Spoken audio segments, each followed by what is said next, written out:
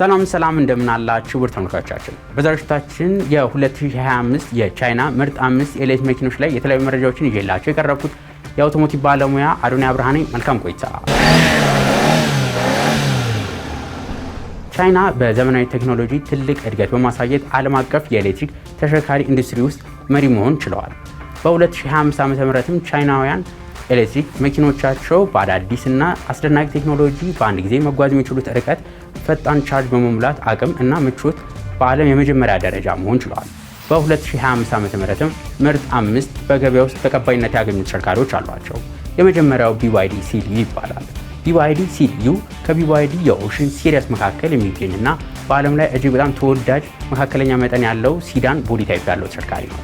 የተሻሻለ የሊድ ባትሪ ቴክኖሎጂ በመጠቀም ከፍተኛ የመጓዝ ርቀትም እና ከፍተኛ ጥራትን ይዞ ቀርቧል። የተሽከርካሪ የሞተር የፈረስ ጉልበቱን በምናይበት ጊዜ 218 የፈረስ ጉልበት ማመንጨት የሚችል ሲሆን 288 የፈረስ ጉልበትን ማመንጨት ይችላል እንደ መኪናው የሞተር አይነትና እንደ ትሪንግ። ሌላኛው ደግሞ ሬንጃቸው ነው። እነዚህ መኪኖች በአንድ ጊዜ መጓዝ የሚችሉት ርቀት 500 ኪሎ ሜትር የመጓዝ አቅም አላቸው። በአንድ ጊዜ ቻርጅ ለማድረግ ከፈለግን ደግሞ ከ0-80 ለመድረስ በ30 ደቂቃ ውስጥ ሙሉ ቻርጅ ማድረግ ይችላሉ። እነዚህ መኪኖች ላይ የተገጠመላቸው ኢንፎቴመንት ስክሪን የሚዞር ባለ 12.8 ኢንች ኢንፎቴመንት ስክሪን የተገጠመላቸው ሲሆን አብሮትም ዲ-ሊንክ ስርዓት ተካቶለታል። በዓለም አቀፍ ገበያ ላይ ተጽዕኖ ከፈጠሩ መኪኖች መካከል ተጠቃሽ ሲሆኑ በአውሮፓ ብቻ ከ12400 በላይ መኪኖችን ተሽጠው በተጠቃሚዎች ዘንድ እጅግ በጣም ተወዳጅ የሆኑ መኪኖች ናቸው። እነዚህ መኪኖችም በዓለም አቀፍ ገበያ ላይ ከ49,000 አሜሪካን ዶላር እስከ 63,000 አሜሪካን ዶላር እየተሸጡ ይገኛሉ። በሁለተኛ ደረጃ የምናገኘው ተሽከርካሪ ደግሞ MG ZS የሚባል ተሽከርካሪ ነው። በሲያግ መኪና አምራች ካምፓኒ የሚመረተው MG መኪና ምርጥ የኮምፓክት SUV መኪና ነው። በአውሮፓ ሀገራትም በተለያዩ ሀገራት መካከል እጅግ በጣም ተወዳጅነት እያገኘ የሚገኝ ተሽከርካሪ ነው። ይህም ተሽከርካሪ የተገጠመለት የኤል ሞተር በምናይበት ጊዜ 176 የፈረስ ጉልበት ማመንጨት ይችላል። መኪናው በአንድ ጊዜ ቻርጅ መጓዝ የሚችለው ርቀትም 440 ኪሎ ሜትር መጓዝ የሚችል ሲሆን እነዚህ መኪኖችንም ቻርጅ ለማድረግ እንደ ሌሎች 30 ደቂቃ ሳይሆን እስከ 40 ደቂቃ ከ0-80 ለመድረስ ይፈጅባቸዋል። ኢንፎቴመንት ስክሪን በምናይበት ጊዜ የተሽከርካሪ የተገጠመለት ኢንፎቴመንት ስክሪን ባለ 10 ኢንች ኢንፎቴመንት ስክሪን የተገጠመለት ሲሆን አንድሮይድ አውቶ እንዲሁም አፕል ካርፕሌይ የመሳሰሉ አዳዲስ ቴክኖሎጂዎችን ያካተቱ ናቸው። በገበያ ውስጥ እንደተጠቀሰው በ2025 ዓ.ም በአውሮፓ ከ36400 በላይ መኪኖችን በመሸጥ ከቴስላ ሞዴል ዋይ ከሚባለው ተሽከርካሪ በላይ መሸጥ ችለዋል። እነዚህ መኪኖች ከ33000 የአሜሪካን ዶላር ጀምሮ በዓለም አቀፍ ገበያ ላይ እየተሸጡ ይገኛሉ። ሌላኛው ደግሞ ኒዮ ኢቲ9 ይባላል። ኒዮ ኢቲ9 ተፈላጊ የኤሌክትሪክ ሲዳን መኪና ሲሆን በውስጣዊ ቴክኖሎጂ በፍጥነትና በምቾቱ እጅግ የተሻሻሉ ነገሮችን ይዞ የመጣ ተሽከርካሪ ነው።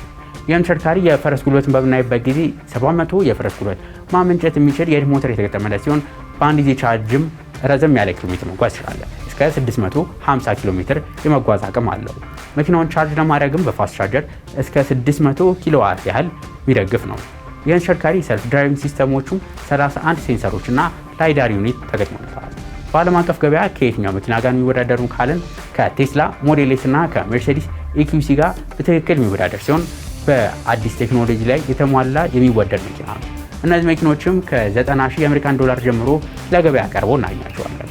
ሌላኛው ተሽከርካሪ ደግሞ ሊ አውቶ የሚመረተው L9 ማክስ የሚባል ተሽከርካሪ ነው።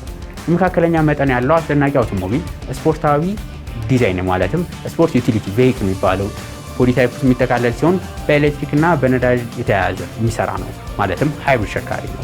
የመኪና በአስደናቂ ቴክኖሎጂዎችና በምቾትና ራሱን በራሱ የመንዳት ችሎታው በዓለም አቀፍ ላይ ተወዳጅ መኪና ነው። የተሽከርካሪ አጠቃላይ የፈረስ ጉልበቱ 449 የፈረስ ጉልበት ማመንጨት ይችላል። ይህም ተሽከርካሪ ከ0-100 ኪሎ ሜትር ለመድረስ በ5.3 ሰከንድ ውስጥ መድረስ የሚችል ሲሆን ከፍተኛ ፍጥነቱ 180 ኪሎ ሜትር በሰዓት ነው። የተሽከርካሪ ሃይብሪድ ቢሆንም ራሱን የቻለ አንድ ባትሪ አለው። ይህም ባትሪው 42 ኪሎዋት አወር ባትሪ ነው። ይህም ከአንዳንድ የተሽከርካሪዎች ሙሉ ለሙሉ በኤሌክትሪክ ከሚሄዱ ራሱ የተሻለ ተለቅ ያለ ባትሪ ተገጥሞለታል። በኤሌክትሪክ ሬንጁ ብቻ 190 ኪሎ ሜትር መጓዝ የሚችል ሲሆን በአጠቃላይም 1360 ኪሎ ሜትር የመጓዝ አቅም አለው። ይህም በሃይብሪድ ሞድ ሲሆን የነዳጅ ታንኩ ምን ያህል ነው ካልን እስከ 65 ሊትር ነዳጅም የሚያዝ አቅም አለው። የተሽከርካሪ ተወዳጅ ካረጉት ነገሮች መካከል ሰስፔንሽኑ አንዱ ነው። የተሽከርካሪ አንደኛ ደረጃ ሰስፔንሽን ተገጥሞለታል። ይህም ሰስፔንሽኑ ማጂክ ካርፔት ኤር ሰስፔንሽን ይባላል። ራሱ በራሱንም መንዳት የሚችል አስገራሚ መኪና ነው። ኤል አውቶ ኤል ማክስም በ2025 ሞዴሉ በዓለም አቀፍ ገበያ ላይ ከ52449 የአሜሪካን ዶላር ጀምሮ ለገበያ ቀርቧል። ሌላኛው ተሽከርካሪ ደግሞ አይቶ M8 የሚባል ተሽከርካሪ ነው። ይህም በሁዋዌና በሲሪየስ በመተባበር የተሰራ አዲስ የኤሌክትሪክ መኪና ሲሆን ይህም መኪና በ2025 ዓ.ም የተጀመረና በተለያዩ ገበያዎች ላይ በጣም ታዋቂ የሆነ መኪና ነው። መኪናውም በአጠቃላይ ርዝመቱ 5 ሜትር ሲሆን ስፋቱ ደግሞ 1.9 ሜትር ነው። እንዲሁም ከፍታው 1.7 ሜትር ሲሆን ይህም መኪናውን ፉል ሳይዝ ኤስዩቪ ከሚባሉ መኪኖች መካከል እንዲመደብ ያደርገዋል። የተሽከርካሪ ላይ የተገጠመለት ባትሪ በምናይበት ጊዜ ባለ 36 ኪሎዋት/አወር ሊቲየም አየን ባትሪ እና በ51 ኪሎዋት/አወር ሊቲየም አየን ባትሪ አማራጮች ለገበያ አቅርበዋል። ሞተር ኃይሉን በምናይበት ጊዜ የዚህ ተሽከርካሪ 158 የፈረስ ጉልበት የማመንጨት አቅም አለው። እነዚህ መኪናዎችም ከ48000 አሜሪካን ዶላር ጀምሮ ለገበያ ቀርቦ እናገኛቸዋለን። ለዛሬ ይዤላችሁ የቀረቡት መረጃ ይህን ይመስል ነበር። በቀጣይ ሌሎች ከመኪና ጋር በተገናኙ መረጃ እስከምንገናኝ ድረስ መልካም ሁሉ ተመኘው።